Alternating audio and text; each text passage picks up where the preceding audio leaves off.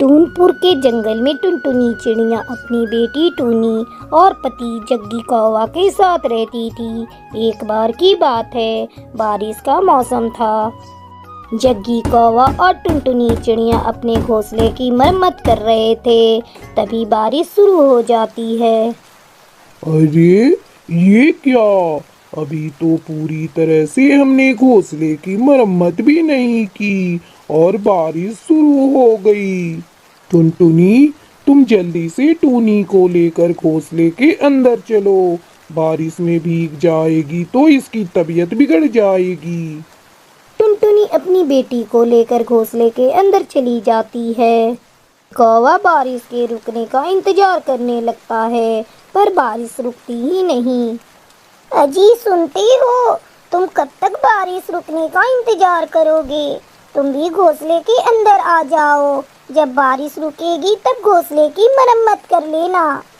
जग्गी कौवा अपने घोंसले के अंदर आ जाता है। फिर तीनों पति पत्नी और बच्ची एक कोने में बैठकर बारिश के रुकने का इंतजार करने लगते हैं। इस तरह 2 दिन गुजर जाता है, लेकिन बारिश नहीं रुकी। टूनी के पापा, 2 दिन से बारिश हो रही है। ये बारिश तो रुकने का नाम ही नहीं ले रही है। घर में राशन भी खत्म हो चुका है और अपनी बिटिया टूनी भी भूखी है। हमें कुछ न कुछ इंतजाम करना होगा। पर टुनटुनी, बारिश तो बहुत तेज हो रही है, लेकिन भोजन का इंतजाम तो करना ही होगा। लगातार बारिश होने के चलते जंगल में चारों तरफ पानी भर चुका था। मम्मा, मम्मा, भूख लगी है। हाय रे मेरी बच्ची, मुझसे तो तेरा रोना देखा नहीं जा रहा है, लेकिन मैं तुझे भोजन कहाँ से दूँ? घर में भोजन का एक दाना नहीं है। सुनो जी, तुम्ही बिटिया का ध्यान रखो। मैं कहीं न कहीं से भोजन का इंतजाम करके आती हूँ। टुनटुनी, ध्यान से जाना, चारों तरफ पानी है। तुम मेरी चिंता मत करो जी, मैं अपने खेत पर जा रही हूँ और वहाँ से भुट्टे तोड़कर लाती हूँ। हाँ टुनटुनी, तुम ठीक कह रही हो। अगर खेत में भुट्टे बचे होंगे तो हम लोग उसे ही उबाल कर खा लेंगे। टुनटुनी घर से निकलकर अपनी खेत की तरफ जा रही थी। तभी उसका पैर फिसल जाता है और वो पानी में डूबने लगती है। बचाओ, बचाओ, मैं डूब रही हूँ, कोई तो मुझे बचाओ। लेकिन टुनटुनी को बचाने वाला वहाँ कोई नहीं था। वो पानी के साथ बहने लगी। बड़ी मुश्किल से वो अपने आप को बहने से बचाती है। अचानक उसे पानी में कुछ भुट्टे बहते हुए दिखाई देते हैं। टुनटुनी जल्दी जल्दी कुछ भुट्टों को पकड़ लेती है और उसे लेकर अपने घर लौट आती है। हाय रब्बा, ये क्या? मेरा घोंसला तो यहाँ है ही नहीं। कहाँ गया मेरा घोंसला? टूनी के पापा, कहाँ हो आप? टूनी, मेरी बच्ची, कहाँ हो? देख, तेरी मम्मा भुट्टे लेकर आ गई। मुझे आवाज दे बेटा। काकी, ओ चमेली काकी, आपने मेरी टूनी को देखा? कोई तो बताओ, मेरी बेटी कहाँ है? मेरे पति कहाँ है? टुनटुनी पागलों की तरह अपने पति और बेटी को ढूंढ रही थी। उसे क्या पता था कि उसके जाते ही उसका घोंसला टूटकर पानी में बह चुका था और उसके साथ साथ उसका पति और उसकी बेटी भी पानी में बह चुके थे। अगले दिन बारिश रुक जाती है, पर जिम्मी कौवा और टूनी का कुछ पता नहीं चलता। धीरे धीरे समय गुजरने लगता है।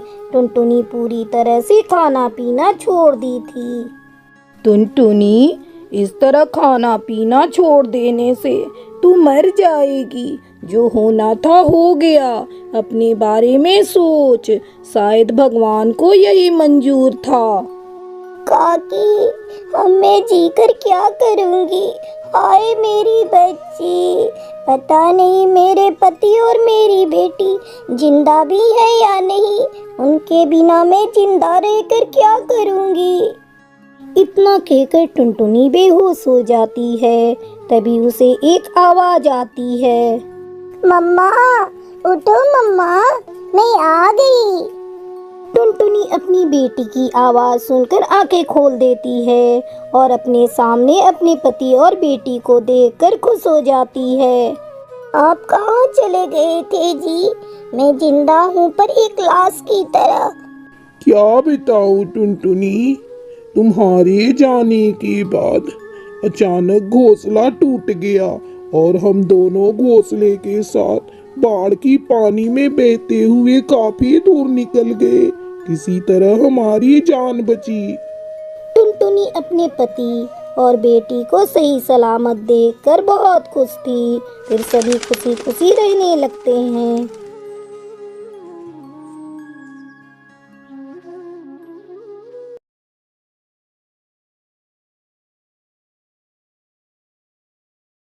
एक समय की बात है, टुनटुनी चिड़िया नदी पर पानी पी रही थी। तभी उसे किसी के कराहने की आवाज आती है। अरे ये किसके कराहने की आवाज आ रही है? आसपास तो कोई दिखाई नहीं दे रहा है, लेकिन आवाज तो बराबर आ रही है। लगता है किसी को मेरी जरूरत है। मुझे देखना होगा आखिर कौन इस तरह करा रहा है। टुनटुनी नदी के आसपास उगे हुए झाड़ियों में देखती है। तभी उसे एक घायल पक्षी दिखाई पड़ता है। वो उस पक्षी को झाड़ियों से निकालकर बाहर लाती है। अरे बाप रे, आपके सिर पर तो बहुत गहरा जख्म है और खून भी बह रहा है। आपकी ये हालत किसने की? आप कौन है? और यहाँ इन झाड़ियों में आपको घायल करके किसने फेंक दिया? मैं अभी आपके बहते हुए खून को रोकने का प्रयास करती हूँ। टुनटुनी उन उगे हुए झाड़ियों में से कुछ पत्तियां तोड़कर लाती है और उसका रस निकालकर उस पक्षी के सिर पर लगाती है। तुरंत उस पक्षी का खून रुक जाता है। अब बताइए अंकल, आप कौन हैं और आपके साथ ये सब कैसे हुआ? मैं एक किसान हूँ बेटा। अपने खेत के लिए बीज और खाद खरीदने के लिए इस रास्ते से शहर जा रहा था। तभी कुछ गुंडों ने मुझ पर हमला करके मुझे घायल करके यहाँ झाड़ियों में फेंक दिया और मेरे सारे पैसे लूटकर भाग गए। लेकिन तुम कौन हो? मैं यहाँ बहुत देर से पड़ा करा रहा था पर किसी ने मेरी मदद नहीं की। तुम्हारे माता पिता ने तुम्हें बहुत अच्छे संस्कार दिए हैं। मैं अपने घर जाने से पहले उनसे मिलना चाहता हूँ। अंकल, मेरा नाम टुनटुनी है। मेरे घर में मेरी बीमार माँ और दो छोटे छोटे भाई हैं। कई महीनों पहले मेरे पिताजी की मौत हो गई थी। बड़ी मुश्किल से मेरी माँ हमें पालती है। अभी आपको आराम करने की सख्त जरूरत है। चलिए, मैं आपको आपके घर ले चलती हूँ। बाद में आप मेरी माँ से मिल लीजिएगा। टुनटुनी उस पक्षी को लेकर उसके घर जाती है। जाते समय टुनटुनी से वो पक्षी कहता है, टुनटुनी बेटा, मुझे तुम्हारी जैसी सच्ची और ईमानदार पक्षी की जरूरत है, क्योंकि मेरी खेती का काम बहुत बड़ा है। आज से तुम मेरे खेत की देखभाल करोगी, जो उस नदी के पास है। काफी दिनों से वो खेत खाली पड़ा है। तुम इस खेत में अपनी मनपसंद खेती कर सकती हो। अपने घर पहुंचकर वो पक्षी उस खेत के कागज टुनटुनी को देता है। ये लो बेटा, उस खेत के कागजात। आज से वो खेत तुम्हारा है। आपका बहुत बहुत धन्यवाद अंकल, जो आपने मेरे ऊपर इतना विश्वास किया। टुनटुनी खेत के कागजात लेकर खुशी खुशी अपने घर लौटती है। उसे लेकर वो अपनी माँ के पास जाती है। जैसे ही टुनटुनी की माँ टूनी चिड़िया उसे देखती है, उससे पूछती है, अरे टुनटुनी बिटिया, अभी तक तुम कहाँ थी? बहुत देर से मैं तुम्हारी राह देख रही थी। मेरी दवा खाने का समय हो गया है। तूने मेरी दवा कहाँ रखी है? पता नहीं मेरी तबीयत कब ठीक होगी। माँ, तुम अब चिंता मत करो, सब ठीक हो जाएगा। फिर टुनटुनी अपनी माँ को उस घायल पक्षी की बारे में सारी बातें बताती है और उसे खेत के कागजात दिखाती है। माँ, मैं उस खेत में बैगन की खेती करूँगी, फिर उस बैगन को बेचकर आपका इलाज शहर के किसी अच्छे डॉक्टर से करवाऊंगी। अपनी बेटी की बातें सुनकर टूनी बहुत खुश होती है। अगले दिन टुनटुनी अपने भाइयों के साथ मिलकर खेत में बैगन के पौधों को बो देती है और उसकी देखभाल करने लगती है। एक दिन कालू कौवा और उसकी पत्नी टुनटुनी के बैगन की फसल को देखकर कहते हैं, देख रहे हो कालू जी, इस टुनटुनी के खेत में कितने बड़े बड़े गोल गोल बैगन लगे हैं। इसे बेचकर तो टुनटुनी बहुत पैसे कमाएगी। हाँ गौरी जी, मुझे तो इस टुनटुनी के खेत में इतने बैगन को देखकर बहुत ही जलन हो रही है। ऐसा करते हैं, आज ही रात को इसकी सारी बैगन खेत से तोड़ लेते हैं और कल सुबह मंडी में बेच देंगे। हाँ हाँ कालू जी, तुम ठीक कह रहे हो, किसी को कुछ पता भी नहीं चलेगा। उधर टुनटुनी अपनी माँ से कहती है, माँ, अपने बैगन की फसल बहुत अच्छी हुई है। आपने जैसे बताया था मैंने उसी तरह खेती की है। बस 2 दिन बाद मैं सारी फसल को तोड़कर मंडी में बेच दूंगी। फिर मैं तुम्हें इलाज के लिए शहर ले चलूंगी। फिर सभी भोजन करके सो जाते हैं। उधर कालू और उसकी पत्नी रात होने का इंतजार कर रहे थे। जैसे ही रात होती है, कालू और उसकी पत्नी टुनटुनी के खेत से बैगन चुराने के लिए जाते हैं। लेकिन जैसे ही उन्होंने बैगन को तोड़ने के लिए अपना हाथ बैगन से लगाया, आकाश में बिजली चमकी और वो कालू और उसकी पत्नी पर गिर जाती है। दोनों पति पत्नी वहीं जलकर मर जाते हैं। उन दोनों को उनके बुरे कर्मों की सजा मिल जाती है। अगले दिन सुबह टुनटुनी अपने खेत में बैगन को तोड़ने के लिए जाती है तो कालू और उसकी पत्नी को वहां मरा पाती है। वो सारा माजरा समझ जाती है। फिर टुनटुनी चिड़िया सारे बैगन को बाजार में ले जाकर बेच देती है और फिर खुशी खुशी रहने लगती है।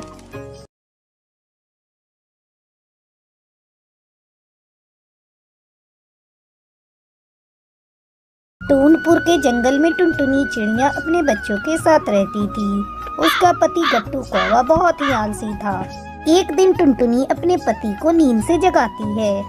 अजी ओ टूनी के पापा, जल्दी उठो, भोजन लाने जल्दी जाओ। जंगल के सारे पक्षी भोजन की तलाश में चले गए। अगर तुम देर करोगे तो भोजन नहीं मिलेगा।